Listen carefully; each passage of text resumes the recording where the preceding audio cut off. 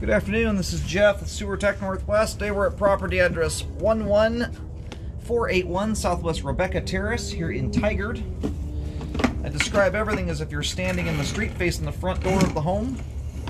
Go straight out from the front doorway here, just past the concrete patio, you've got a 3-inch ABS clean out.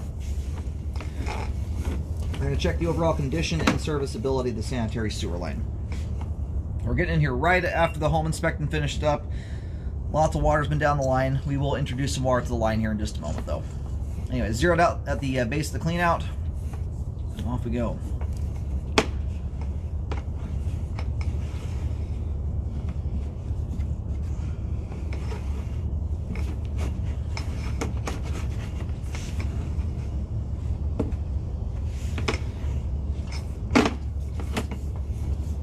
A little bit of standing water at the base here. We're probably going to see a transition to PVC. There it is.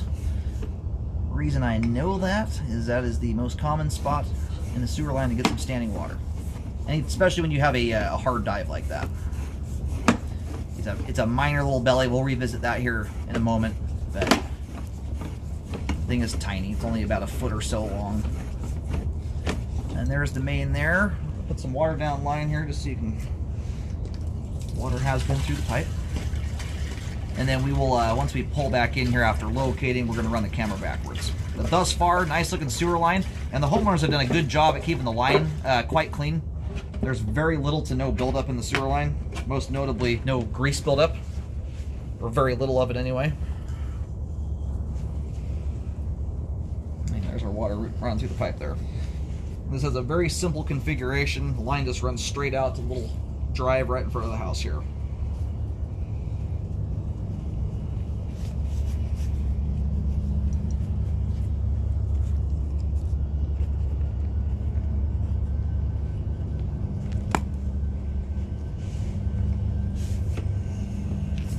The key to keeping a line clean, obviously you want to keep things like wipes and paper towels. Flushable wipes I include in the improper category.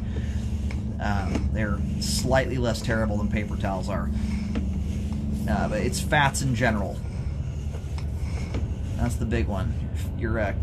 Mostly it comes from just dumping frying pans out in the kitchen sink. And it can cause grease buildup to happen very, very quickly. It turns your line into just a sticky mess that causes debris to get hung up in the line that shouldn't, and it also exacerbates blockages. It would likely break loose on their own naturally and can turn them into a full-on sewer event. So the standing water here dissipates off just before the transition joint at about 5 feet.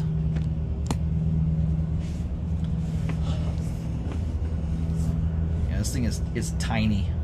Right here, my camera is in kind of a nosedive fashion right now. When you level the camera head off there, you've only got about a 1/4 inch of standing water running from about 4 feet to 5 feet. So that is far too minor to need repairs there. Standing water that minor has essentially zero bearing on functionality at all. And that if you see that kind of gunk, right now it's at the bottom right-hand corner of the screen. You've got some debris up inside an opening there. What that is it's called a test tee. It's very similar to a clean out. That they're capped off after the line is passed off and permitted. When a line is in a vertical fall like that versus a flatter running piece of the pipe where everything will remain in the flow line very easily, when the line nosedives, that water and debris will lift off the bottom of the pipe and run down the top of the pipe everywhere. And so you'll end up with some debris kind of getting stuck up in that opening. That's all that is. We are now going backwards into the home here, and this is the vertical dive here as the line dives down to exit the foundation wall. This right here, we are back inside the crawl space access. We pick up our first fixture coming in, and everything beyond that point there all falls into the. Let's see here. And if this line had more buildup in it, I might be more interested in pushing back further into there. But by and large, I cover everything that's on the outside of the house that's underground. Crawl space stuff for the home inspector to look at. That is an immaculate sewer line. It is essentially spotless clean, has great flow. All the pipe we just scoped there is in great shape. That is a sewer line to be proud of right there.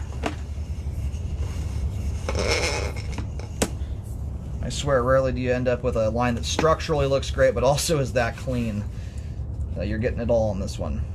Sewer line is functioning properly at this time. If you're new to home ownership and aren't familiar with the grease buildup thing, kind of the rule of thumb I tell most people to mitigate most grease buildup, there's always a little bit that's going to get down line. It's the major quantity stuff you want to avoid.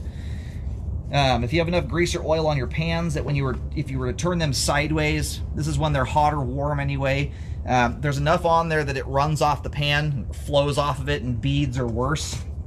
It's at that point you want to do something about it.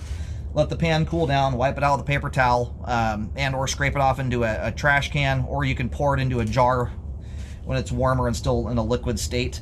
You just want to keep them from going down the line. A thin little coating of PAM spray is no big deal. Hot water and soap handles that just fine. The key to helping to make sure if you know some is getting down line is always use hot water and let your hot water run, and soap obviously, but let your hot water run for about a minute longer than your last dish was washed. That helps to make sure everything stays melted and emulsified till it gets all the way to the main. Stuff starts to cool down pretty rapidly once it makes it to the outside where the pipe is buried underground all the time and it's cold. So that keeping that hot water running helps to make sure that everything stays melted and moving. Anyway, very nice looking line there. It is functioning properly at this time.